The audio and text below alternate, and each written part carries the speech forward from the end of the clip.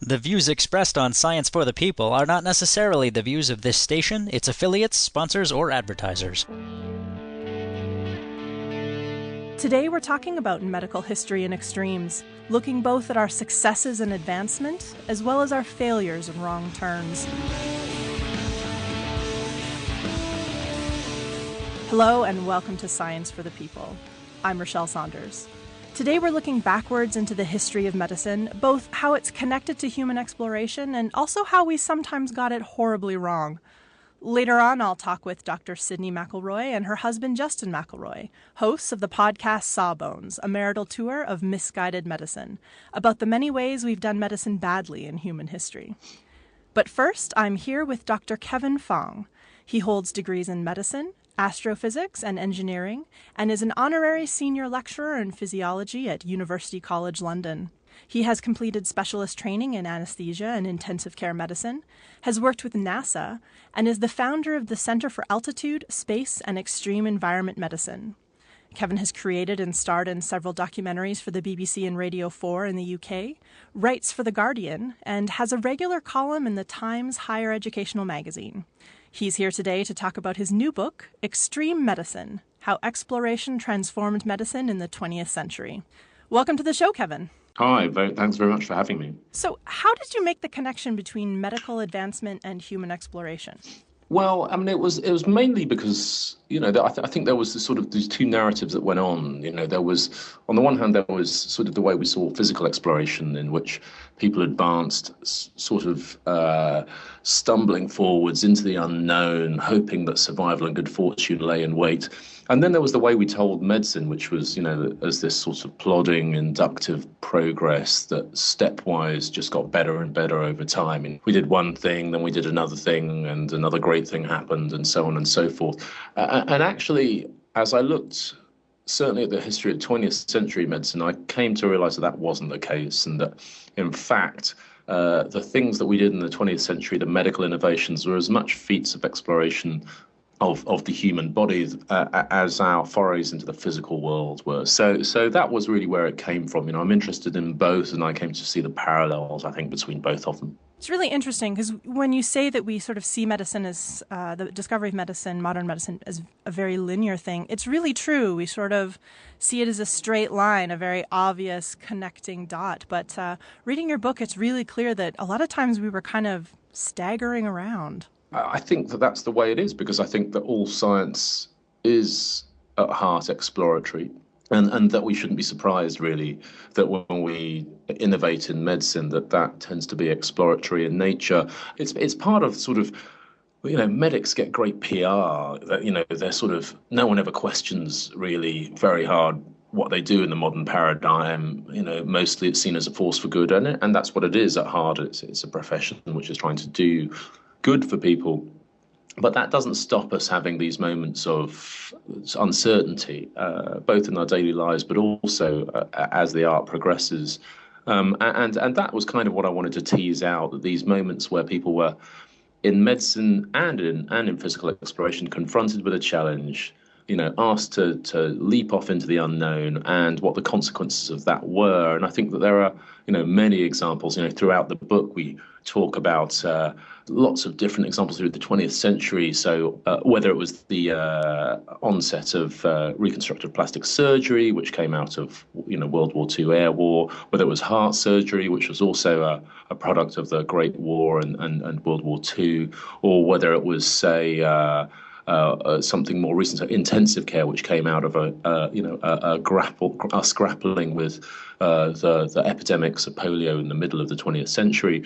And I wanted to recast medicine really in the 20th century in that sort of exploratory sense, to make it feel slightly less certain and feel more like the adventure that it really is. Reading your book, it's really clear that we've learned most of what we know today about human physiology in the last century, and it seems like we didn't really know much before then. we did know quite a lot about the human body before the 20th century, but it is true to say that lots of our knowledge has developed in the last 100 years, partly because of the ways in which we're able to probe the human body latterly, through the genome, but also through advanced imaging technologies and also other ways of measuring the dynamic systems, the way that the body works together, so the physiology of the body. Prior to that, we had a reasonable sense of the human body, but it was mostly descriptive and it was limited by the tools we had to hand. And so it's not so much that we hadn't built up a body of knowledge. There was a very good, strong core body of knowledge upon which medicine had been practiced for centuries before. But I think in the 20th century, life starts to happen faster and medicine starts to happen faster. And as our understanding of the complexity of the human body expands, then we're confronted with greater challenge, but also greater possibility, greater capability. What I also find interesting is how we have taken some very dangerous situations and actually turned them around, and they've become a part of the toolbox for modern medicine. I'm thinking particularly of the chapter on hypothermia. It's staggering, isn't it, to think that if you and I were having this conversation 100 years ago, quite apart from the fact that we wouldn't be having it across a digital line, if we were talking, 1914, we'd still be talking about the unexplored poles of the Earth. So Scott and Amundsen would have just completed their race to the pole, Scott's team having perished, Amundsen's team successful, but the South Pole would have still seemed like a very alien and inaccessible place. We would yet have had to move on into the skies with aviation. Really, the Wright brothers' innovation is only a decade old by this point in the 20th century, and forget about space or the deep oceans. We haven't even really begun to go there. And so I find it interesting that 10 short decades ago, the world was full of spaces on the map of the world that were still white, that no one had ever explored, no human footstep had ever trodden. And we looked on into the darkness of space as this great, huge, yawning unknown that we really just had no true concept of. And in the century that intervened, we took it all on. We went across the highest mountains. We went to the South Pole. We went into the deep oceans. We went into the skies. We went onwards into space and continue to do so. And so I think that was what really struck me about it all. And when it comes to hypothermia, those extremes of the human body that you are able to expose people to, we saw it first as threat. We knew that it was something that presented biological hazard to us, and indeed was responsible in large part for killing Scott and his expedition crew when they went to Antarctica. But later on, we came to recognize it as a double-edged sword, actually, something that might both help us and hurt us. And towards the middle of the 20th century, we exploit hypothermia as a tool for allowing us to do cardiac surgery. And right at the end of the 20th century, we have that stunning story of Anna Bagenholm, that legendary tale of survival of a young woman who was trapped underneath the ice in northern Norway, and who survives a cardiac arrest that goes on for nearly 3 hours because we exploit the benefits of hypothermia, because we exploit the advantages of it to the human body. Was this the first time hypothermia was used in this way, or had there been efforts to use it similarly before this story? So we've known for quite some time, and it's almost sort of obvious, really, that rates of reaction reduce when things get colder. I mean, you kind of learn that in high school chemistry, don't you? That if a reaction is taking place at a lower temperature, it proceeds more slowly. And so that understanding was exploited in the middle of the 20th century, in the early days of heart surgery, when we didn't have heart-lung bypass machines. So to operate on somebody, if you wanted to suspend the heart for any period of time, you had to try and find some way of stopping their brain dying of the oxygen starvation while the surgery proceeded. And the way that they did that was they would cool these people down quite dramatically to temperatures of about half of what they are normally. But that was really just, using temperature in a very crude way to try and slow the reaction rates down, to try and reduce the demand for oxygen by the brain. And it worked reasonably well. Now, by the time we're coming towards the end of the 20th century, we're realizing that in any situation in which the heart stops, whether it's during surgery or during a medical catastrophe, as was the case with Anna Bagenholm, that hypothermia might be an advantage. And indeed, when we're resuscitating people, we find that if they are hypothermic, that is, if their temperature is much reduced, that does strangely buy you an extra bit of time before the brain is completely compromised by having been starved of oxygen.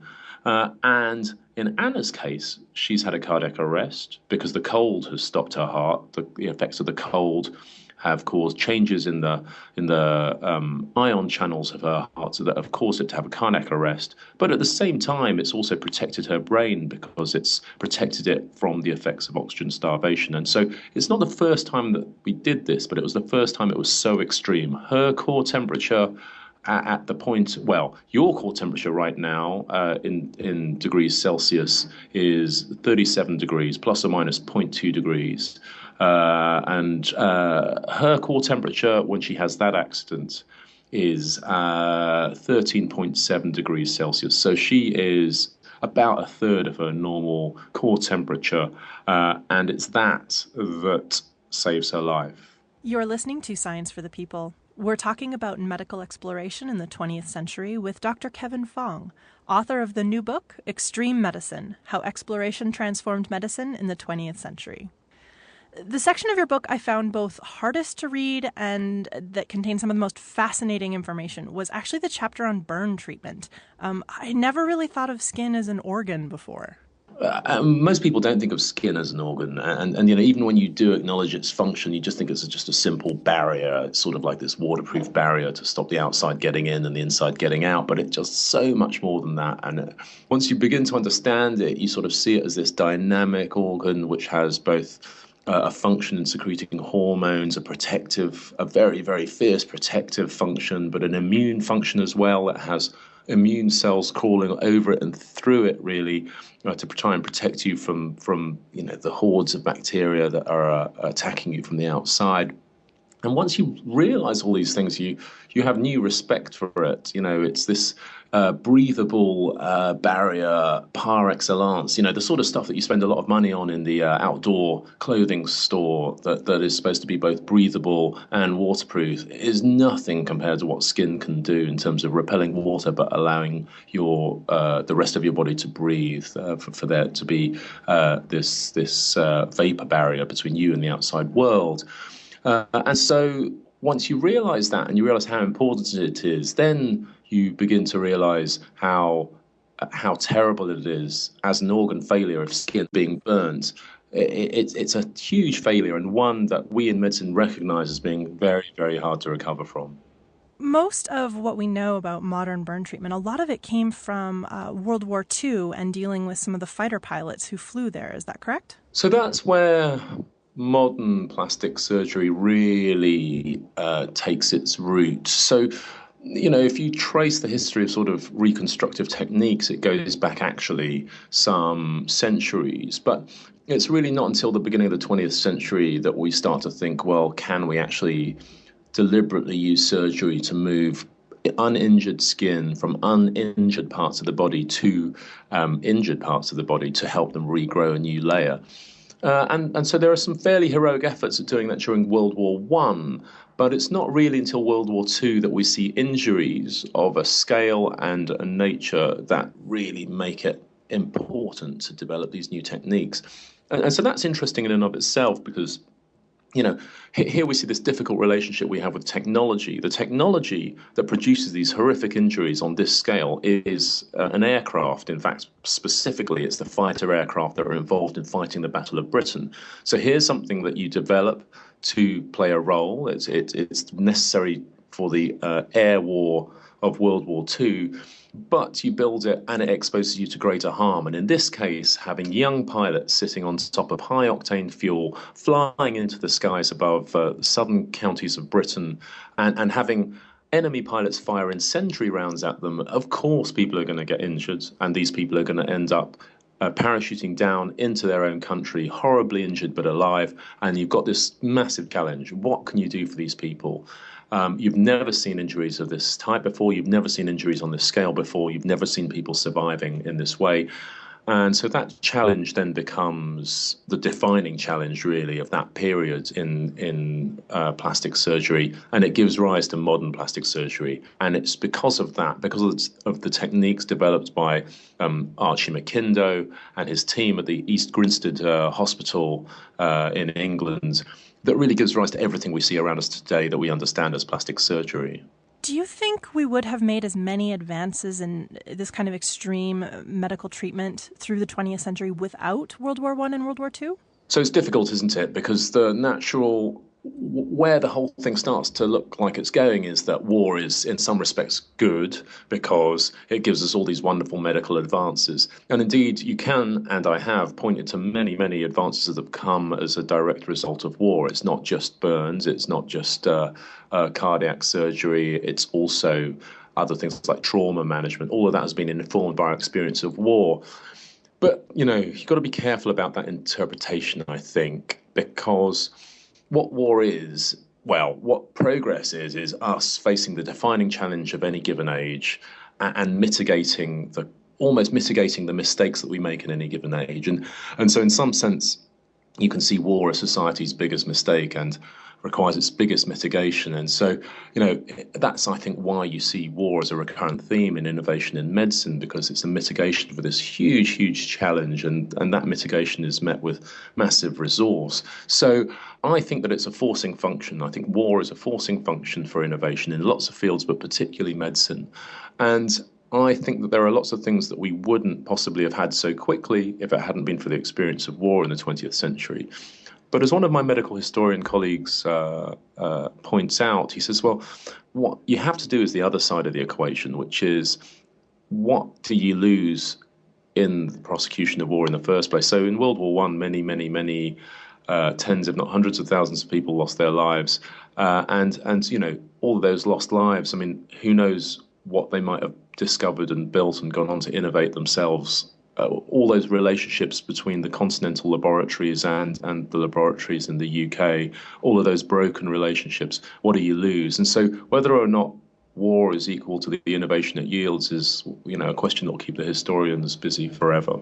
You're tuned in to Science for the People. I'm Rochelle Saunders, and with me is Dr. Kevin Fong, and we're talking about the advancement of medical history through the last century and his book, Extreme Medicine: How Exploration Transformed Medicine in the 20th Century. I want to talk a little bit about transplant medicine, because you hear a lot about people donating and why it's important to donate and the lives it saves. But one of the things we don't get a lot of information about in the general public is the actual process and how quickly everything has to happen. So can you walk us through the process of transplants, basically once the donor dies to the time that sort of after it gets transplanted?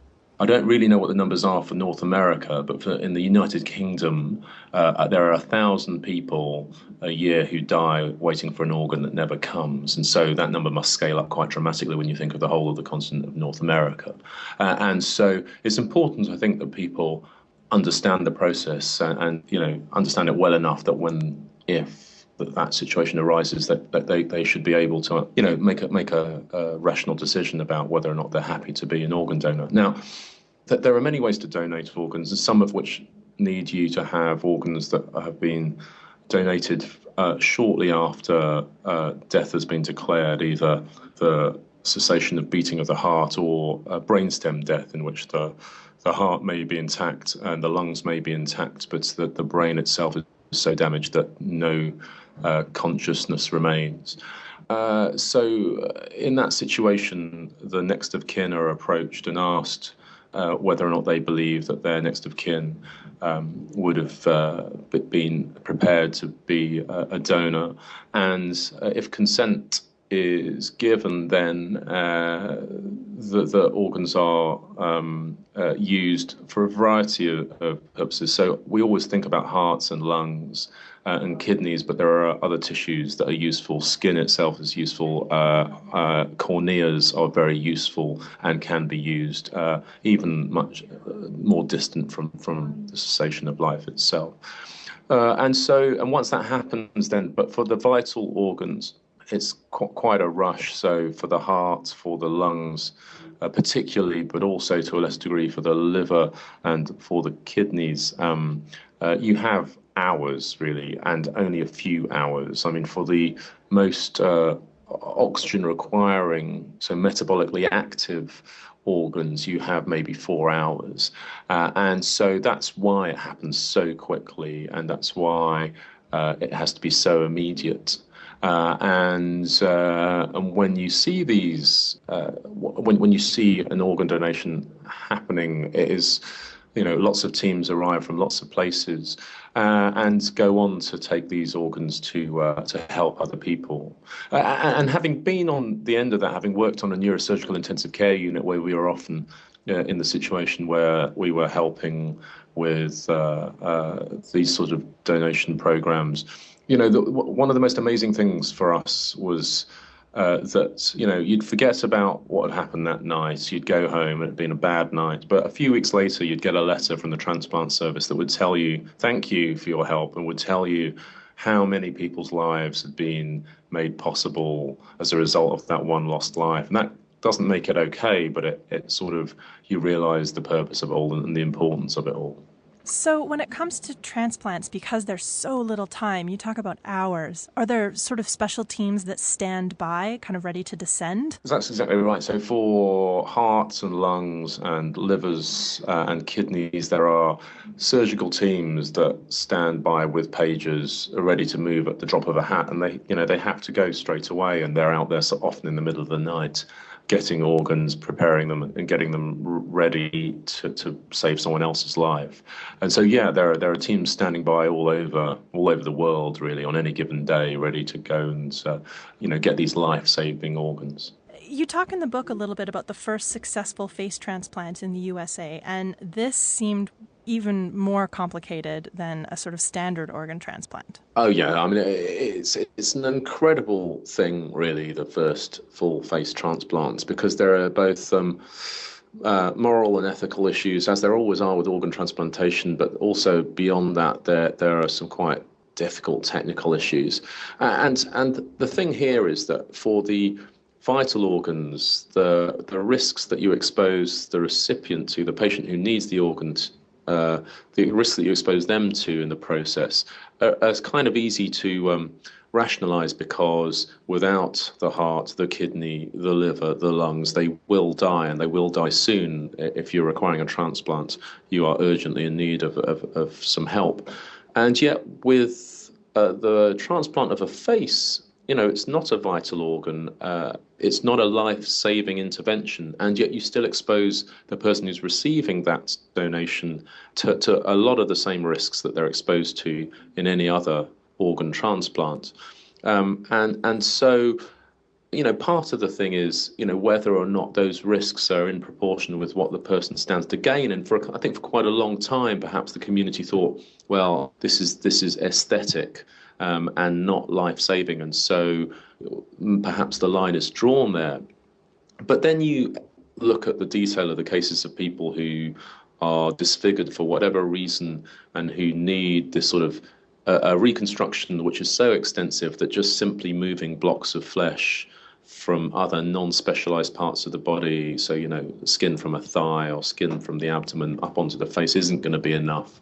When you realize how fundamental appearance is to the quality of someone's life, what it means to them, what it means to their family. And when you read the stories of these people who've received partial or full facial transplants, you realize that, this may not be life-saving in the obvious sense, but certainly in terms of the benefits to the patient, the risks are well worth taking. You talk in the book a little bit about some of the earlier experimental surgery on hearts, but I'm wondering, how does modern medical ethics deal with new and dangerous medical procedures? Is it different than it used to be? So yes, I think that we're slower now than we used to be. The sort of mid 20th century was quite an incredible time of very, very rapid advance. And I, in fact, had the pleasure of interviewing, as part of the preparation for the book, Terence English, Sir Terence English, who was the cardiothoracic surgeon who did the first successful heart transplant in the United Kingdom. And he says that the speed at which we went from never having operated on hearts before with any expectation that anyone would survive to transplanting the first human heart, and that, was a period of just short of 20 years. He says that if that happened today, if we didn't have human heart transplants today, it's unlikely we would have them in 20 years' time because we've slowed down. And then the question is that a bad thing? Is that a backward step? And the answer is almost certainly not, because, we did many terrible things in the 20th century because we didn't consider too carefully the ethics of what we were doing, and that enormous question that's always presented to science, technology, and the practice of medicine, which is, just because you can do a thing, does it really mean that you should? And so I think in general, in medicine, certainly we've slowed down, but that's necessary for it to be safe, for it to be properly considered. And, you have to make those trades. And so do you want massive quantum leap type advances that ride roughshod over the human rights of individuals? I don't think you can say that that's a position, a society in which you want to live, really. You mentioned heart surgery, and heart surgery is one of those things today, while, still dangerous, it seems kind of commonplace and even a bit routine. We really forget we only figured out how to do it successfully pretty recently. And it was interesting in the book how many sort of casualties of that experimentation happened. Yes, and it's interesting, isn't it, that when you read the sort of bare facts of the early days of cardiac surgery, you think, gosh, these guys were real mavericks, because so for the pioneers of this, and when we're talking about the early days of cardiac surgery, really, cardiac surgery doesn't become an entity in and of its own self until just after World War II. And it's pioneered principally by in the first instance, it's principally pioneered by a young surgeon called Dwight Harkin, who's an American surgeon, but he's stationed in England during the end of World War II, and he receives and operates on dozens and dozens of injured soldiers with fragments of shrapnel and bullets in their hearts, and all of these people survive, and then suddenly people realize that the heart is not inviolate, that it can be operated upon.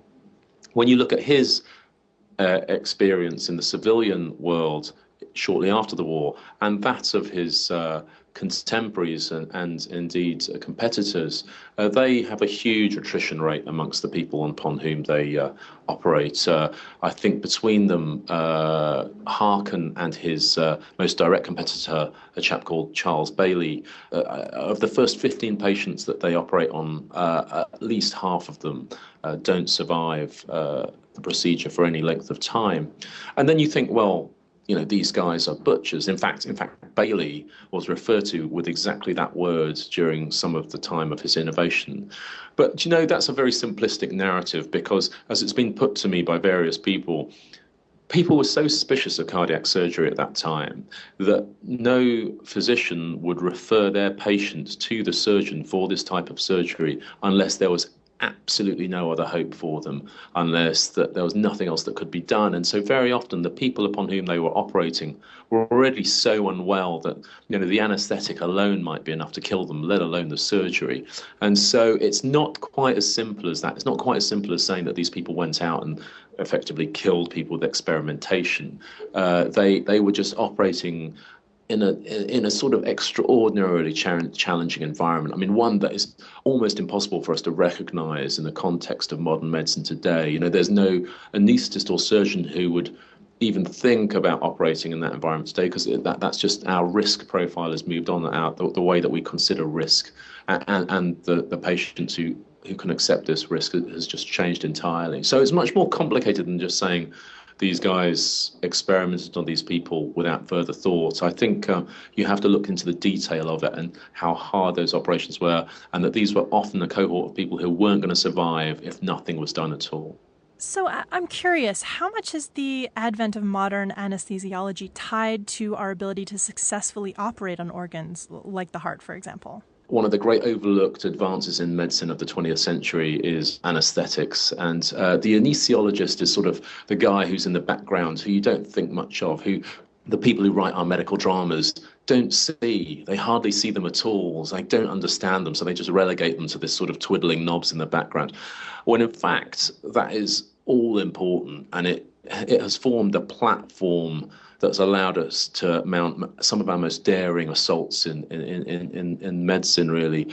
To be able to perform these radical and drastic surgeries and to be able to support people with life support machines on intensive care, you need to be able to manipulate human physiology and at the same time render a human being reversibly unconscious. Now, that's an enormous feat. So if someone set you that as your challenge 200 years ago, that you should be able to render someone reversibly unconscious and manipulate their physiology while then someone assaulted their physiology with a disease or a new surgery, that would make the Longitude Prize just look like a walk in the park. This is nearly impossible, this thing to do.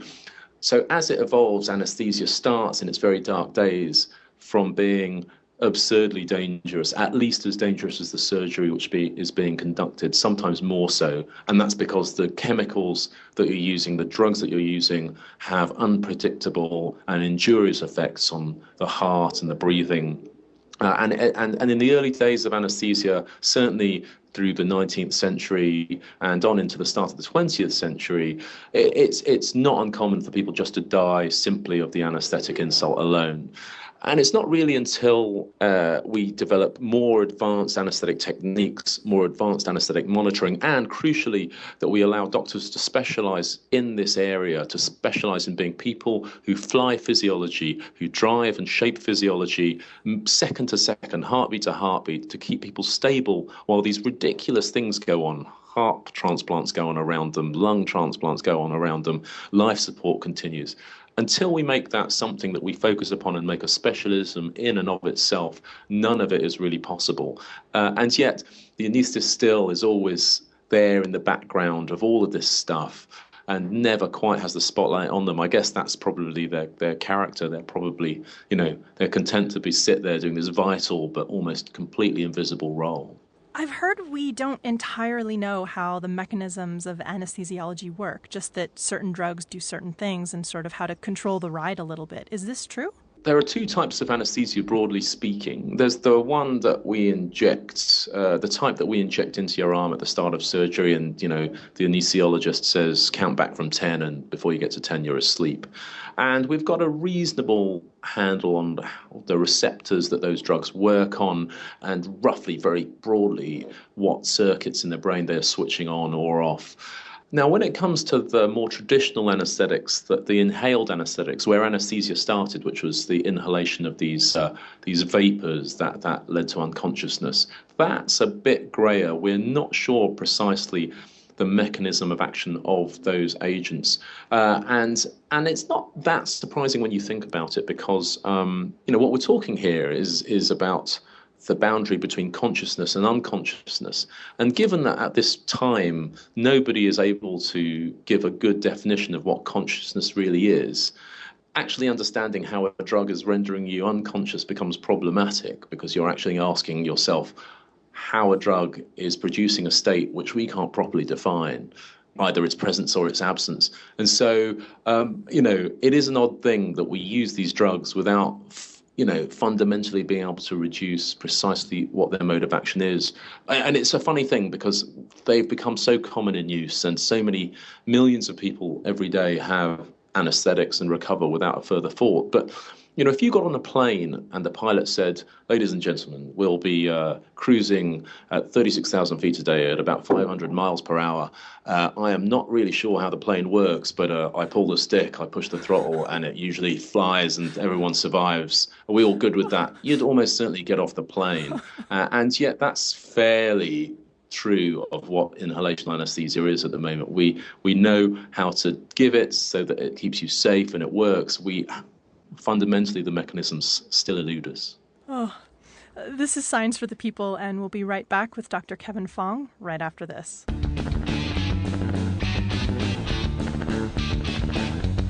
Science for the People is a weekly radio show exploring everyday life from a scientific perspective. To find out where Science for the People airs near you, or to listen to past episodes, check out our website at scienceforthepeople.ca. You'll also find links to connect with us on Facebook, Twitter, and Google+, or to subscribe to the podcast in iTunes. And now, back to the show. Welcome back to Science for the People. I'm Rochelle Saunders, and I'm talking with Dr. Kevin Fong, MD, about his new book, Extreme Medicine: How Exploration Transformed Medicine in the 20th Century. You describe in the book your experience working the aftermath of a pub bombing and the triage process. In a situation like that, how do you decide who gets help in what order? What you need to do in that situation is work out how to do the greatest good for the greatest number of people. And that involves trying to work out who needs the most immediate help, who needs help but whose lives won't be lost if they wait for a while, those people who are walking wounded who don't need any immediate attention at all, and that very difficult category of people who are so severely injured that they're probably going to die of their wounds whatever anyone does. So on paper, it seems very simple. You find out the people who need immediate help to save their life and treat them first. But in practice, it's very hard to make that assessment. And because A, it's not always obvious, and B, it's not in any way devoid of human emotion, that decision. So that's what you're supposed to do, and it's a very, very, very difficult thing to do. And these scenes at the best of times are very chaotic with lots of incomplete information. And so how you get your brain to move around that space is very tricky. I went to a massive pile-up on the highway recently, so I'm currently working with an air ambulance team here in the UK, and we had the same decisions to make, and it's very difficult to do that. It's one of those things that you can write on a card in about 5 lines, but in practice looks almost impossible. It's interesting to me that some medical advances aren't necessarily about technology or technique, but about procedures and checklists that keep emergency medical practitioners from making simple mistakes in the heat of what must be an incredibly stressful situation. Medicine has become more complicated and faster.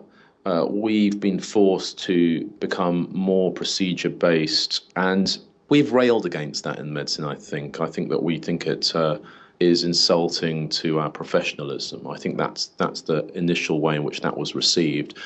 But actually, what we're beginning to recognize is that the medicine today is so fast and so complicated that actually we do have to have recourse to aid memoirs and things that standardize our procedures and make us safer.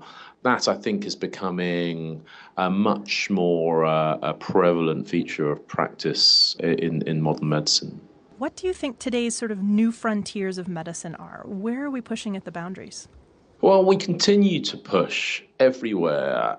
My conclusion from the book, and writing the book was in and of itself an exploration. What the book was for me was trying to reconcile those two halves of my life, the half of my life that was a practicing doctor in a modern hospital, and the half of my life that loved exploration and the exploration of the physical world.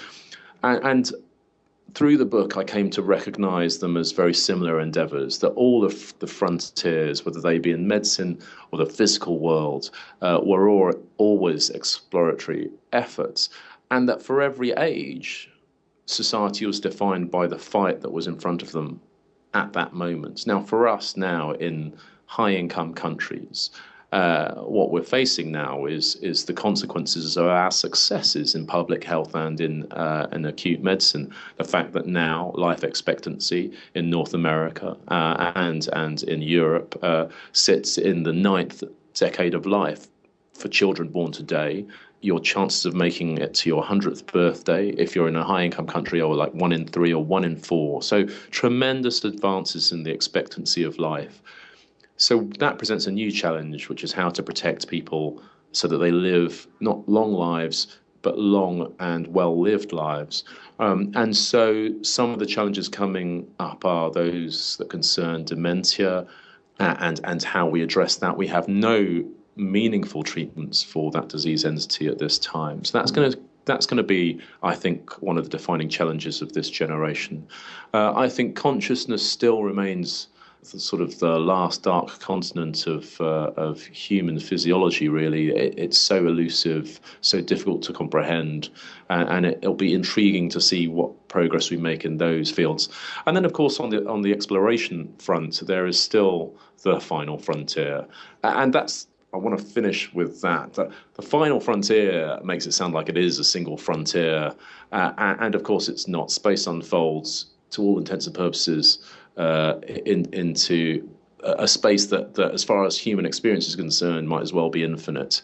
That, there is the moon to return to, there is Mars to finally explore, and there is any number of other objects within our solar system that still remain for us to see directly. And so I think that there's plenty out there left for us to discover, and I look forward to seeing what the fruits of the exploration of this century will bring. Kevin, thanks so much for being here today. Thank you. Thanks for having me. If you want to learn more about Kevin or his book, Extreme Medicine, How Exploration Transformed Medicine in the 20th Century, you can find the links you need in our show notes at our website, scienceforthepeople.ca. Stay tuned, because after the break, we're back with Dr. Sydnee McElroy and Justin McElroy to talk about the podcast Sawbones, a marital tour of misguided medicine. On the next episode of Science for the People, we're talking about the science of sound and hearing. We'll talk to Trevor Cox, professor of acoustic engineering at the University of Salford, about his book Sonic Wonderland, A Scientific Odyssey of Sound. And we'll speak to Andrew Wise, senior research fellow at Bionics Institute, about a gene therapy technique to enhance the function of cochlear implants. That's next week on Science for the People, on your local radio station, or online at scienceforthepeople.ca. Hello and welcome back to Science for the People. I'm Rochelle Saunders. I'm here with Dr. Sydnee McElroy, a family physician and assistant professor at the Marshall University School of Medicine. Also on the line is her husband, Justin McElroy, and together they host the podcast Sawbones, a marital tour of misguided medicine. Sydnee and Justin, thanks for being here. That's our pleasure. Yeah, thanks for asking us. So, for listeners who've never listened to your show, what is Sawbones about? Sawbones is sort of a survey of the history of medicine, specifically focused on oddities and failed treatments to some of the really common ailments that we still suffer from today. Usually, some of them we've since worked out. Yeah, especially ways that throughout history we really got it wrong as a medical profession, or sometimes just as individuals, kind of guessing. Some of the big treatments and cure-alls and our misconceptions about how to handle disease throughout history. Why did you guys decide to start up Sawbones in the first place? We had recorded a couple of different podcasts before Sawbones. One was specifically a 2.5 Men fan cast recorded by people who had never watched 2.5 Men until Ashton Kutcher took over. That was called Losing the Sheen. That was our first podcast that we did. And we actually followed up with a TV podcast called Satellite Dish. And honestly, we got tired of watching as much TV as we had to. Well, and not only that, we got tired of talking about things that we had no expertise on, other than that we watch TV. Well, you got tired of that because I'm still doing precisely that. and also topics that maybe you would enjoy more if you'd, I don't know, thrown back a few before listening. Yeah, that was a common. We wanted to stray into a topic that maybe you could enjoy sober. And we could record about sober, so it worked out on a couple levels. That's fascinating. So you guys started out very pop culture from a podcast perspective and kind of segued into science. It's funny. We had recorded a show, a version of which I think a lot of people could do. And I think with Sawbones, we wanted to really drill down on the show that we were specifically suited to do. And with Sid's expertise in science and health and my expertise in not knowing anything about that, a show where she educates me about that topic worked out pretty well. It's always easier, I think, to talk about something that you're passionate about anyway, that you're interested in. I was always kind of a medical history buff. I liked old medical textbooks, and it fascinated me to see kind of where we'd come from as a profession. So it was really easy to do the research for this show and to kind of dig into each episode and enjoy doing it as much as wanting to create a good product. So any personal favorite topics you guys have covered? I was really a big fan of Mercury ahead of time, which I had to kind of convince Justin was a good topic, because he said, what is about Mercury, the stuff in thermometers? What does that have to do with medicine? And it played a big role in a lot of really bad medicines that we used to use, especially in early American history. I don't know. For me, that was kind of a nerdy favorite. Let me tell you all about all the bad ways that we used mercury. And, President Lincoln poisoned himself with mercury. I tend to enjoy whenever our show deals with topics that are sexual in nature, and not because it's like scandalous, but I think because it's such a taboo in culture, like throughout time, we never really get together as a society and have sort of a consensus about what is normal and acceptable and sort of like the way we talk about or think about sex. So anytime medicine tries to delve into that, it's so specific to that time period, and it's so individual, I think, just because it's not a topic that a lot of people traditionally, sort of throughout the millennia have felt super comfortable talking about. So that's always really fascinating to see what the conversation was like at that point. It's really interesting going through and listening to some of your shows on reproductive issues or sexuality issues. I feel like in history, sometimes what we invented to air quote cure those were some of the most creative or maybe strange ways. I always laugh out loud the most at what people have come up with through the ages to deal with things like hysteria, for example. Exactly. I mean, it really was such a kind of uptight, stodgy approach to people wanted to create a vibrator.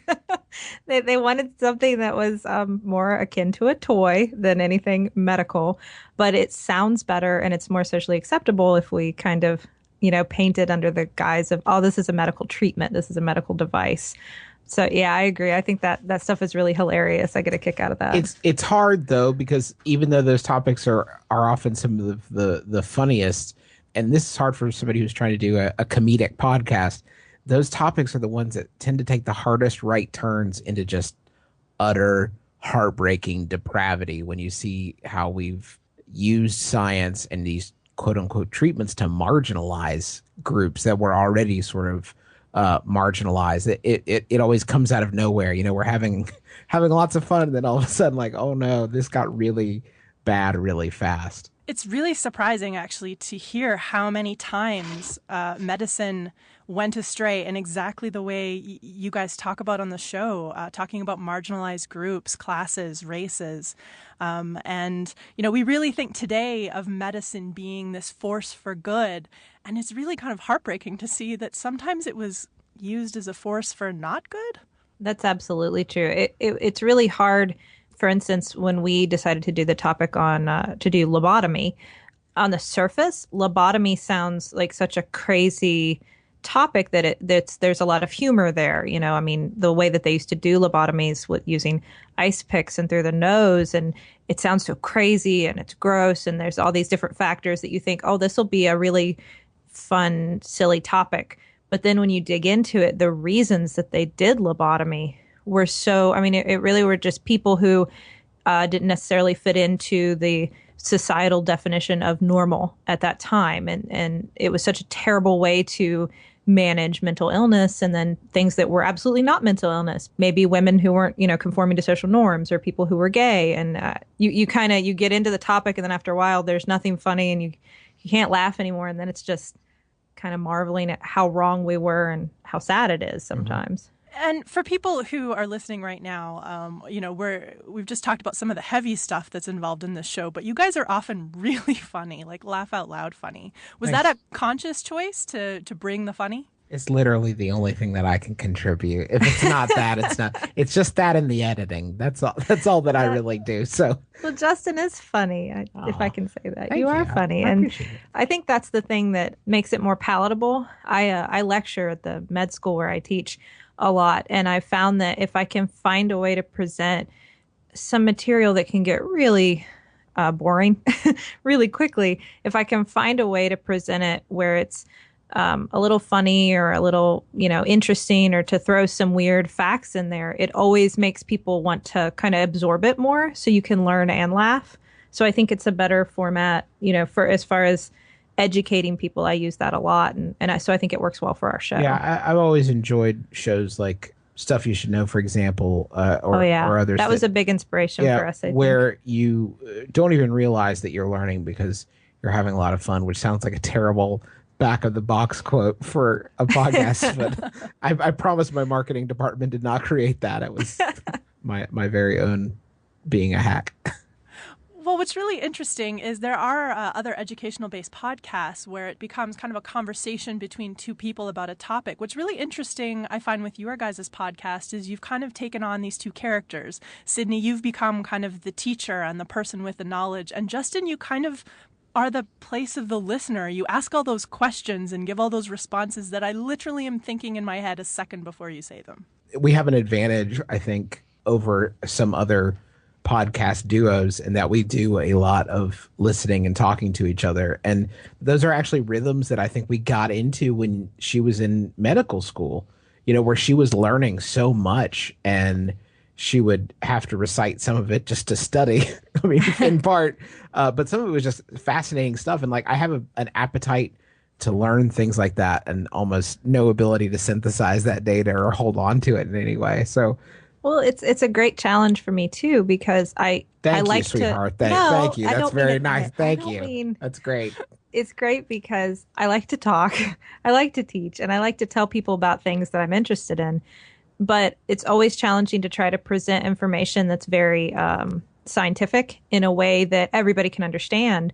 So when we do the show, very intentionally, I know everything about the topic going in, and Justin doesn't know other than what we're going to talk about. And sometimes I'll give him a vague idea of what the theme kind of is, but I never give him information ahead of time so that he can, be the voice of the listener and ask questions as they come to him as we go. Yeah. And I think that's a good rhythm for the show. Yeah, it was a very careful construction to keep me from having to do any pre-production work whatsoever. Exactly. My ignorance was essential to the product. Well, it works very well. Thank you. You're listening to Science for the People. We've got husband and wife podcasting team Justin and Sydnee McElroy on the line, talking about the history of medicine and their show Sawbones, a marital tour of misguided medicine. Sydnee, you're a medical doctor. Do you think that this has changed or modified or benefited you from the standpoint of your point of view in the show? I think so. You always wonder the things that you learn in medical school and then that you start to practice as you go out and actually, do your job in medicine. Do we really know all this? Are we really getting it right? I mean, that's something that I think as a good doctor, you should constantly be questioning yourself and re-examining the information. And so I hope I already was predisposed to do that. But if I wasn't, this show definitely has helped me question and think really critically about things that we just accept as, oh, this is obviously the diagnosis for this symptom, or this is obviously the best treatment for this condition. Now, even things that, we do today that we accept are commonplace, I take a little more critical view and think, down the road, are we going to be looking back at this and thinking how ridiculous? And I think it helps me keep an open mind and view things a little more critically. And hopefully that makes me a little better at what I do. It's interesting because you actually get to go and look at doctors before you and some of the mistakes they've made. And I guess that maybe helps you try and avoid them yourself. Absolutely. I mean, I think a lot of it, we see some themes which are, cure-alls, the idea that there is any single medicine or treatment that can fix everything. I mean, and hopefully we know that doesn't work, but we fall into that trap even today. And then that kind of idea of certainty, the idea that we can absolutely know everything there is to know about one disease, one organ, anything about the human body. It's so complex.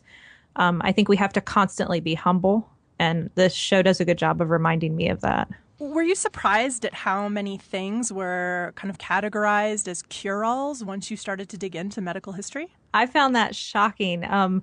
Every initial treatment or medicine or whatever we were looking into, I would just start kind of looking through different cultures and different time periods to try to figure out, well, what did we think it helped with?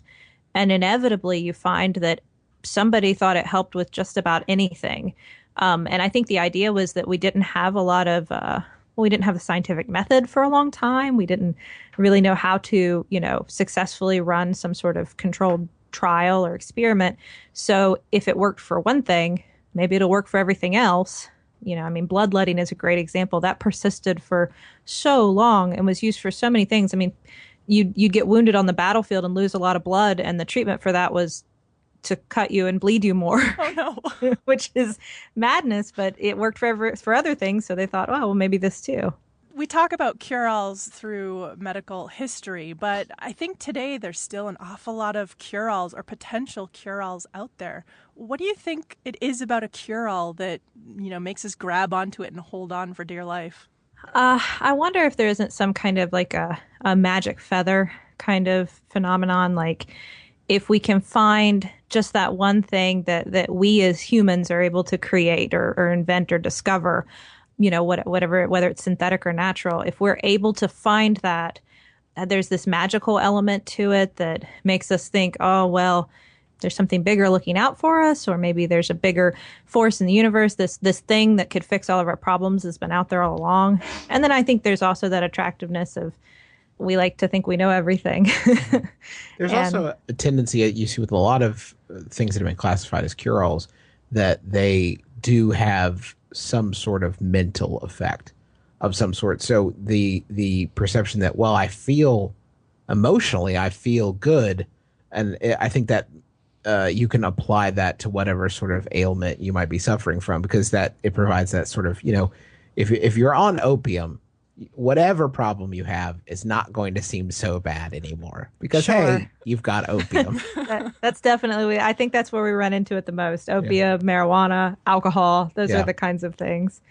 And I'm not a cynical person, but unfortunately, when you're kind of talking about cure-alls, you have to at least think about, at least today in medicine, there's also the monetary benefit. Unfortunately, when it comes to, if you have something that you can bill as a cure-all, there's a lot of profit to be made. It's been one of the challenges with doing the show is that we have focused on medical history, but we've had to fight really hard to not turn it into a show that tries to dismantle whatever people today believe. And that might seem like kind of a contradiction, but it's really important to us that, like, no matter who listens to the show now, they can take something away from it, even if they do happen to believe in a medicine that we right now wouldn't currently, put a lot of support behind. We don't want it to be a confrontational thing. We want it to be fun for everybody to listen to.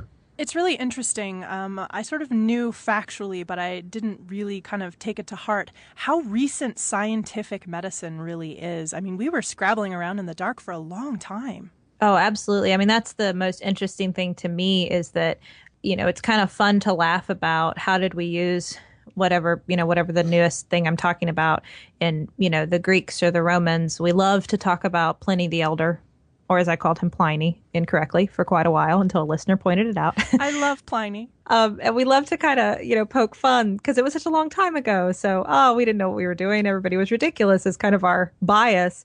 But then as we move forward with a lot of these topics, we're not really doing anything that, makes sense until the late 1900s in some cases. And so it's really fascinating to think, oh my gosh, this didn't change until 10 years before I was born. I don't know. I think you can overrate the addition to science to medicine because personally, okay, what did today's cures have? Well, they work. Okay, that's good. But you look at cures like 3,000 years ago, people were applying the humanities to them. There are much more poetic cures that you can find in ancient medicine. It's just, they're just, okay, so they don't work. If you want it to work, they're not as great, but there's a lovely sort of humanity, I think, to that people tried to apply to medicine back before they understood. Like the idea of there are things in nature that can fix problems that look the same as parts of your body. So if you crack your skull, you should have some crushed walnuts. Yeah. It is a very beautiful artistic idea. Wrong, but beautiful. If only it was that simple. Right. Yes. So given some of your research into historical medicine, is there any of today's medicine that you think maybe doctors of the future or podcasters of the future might look back on with the same kind of good-natured dismay? That was actually something that Justin and I had talked about recently. If we could fast forward 100 years, what would we be talking about? And there are certainly, I mean, it's hard coming from the perspective I'm still practicing these things. So full disclaimer, I'm not judging anybody else more than myself. I think that pain management is an area where we still are kind of floundering. We're still using a lot of high-risk medications and not always very well. So I think that's going to be a big change someday. I think we still are not doing great when it comes to managing psychiatric illness. I think mental health is going to hopefully be a huge area of advancement. We have a lot of medicines that we don't always know what to do with. And there's so much stigma attached still to psychiatric disease that a lot of people don't seek help, or we don't have the proper funding, or there aren't, practitioners in your area. And so those are two big areas that I think we're going to look back on 2014 someday and go, oh, gosh, we still had no idea what we were doing.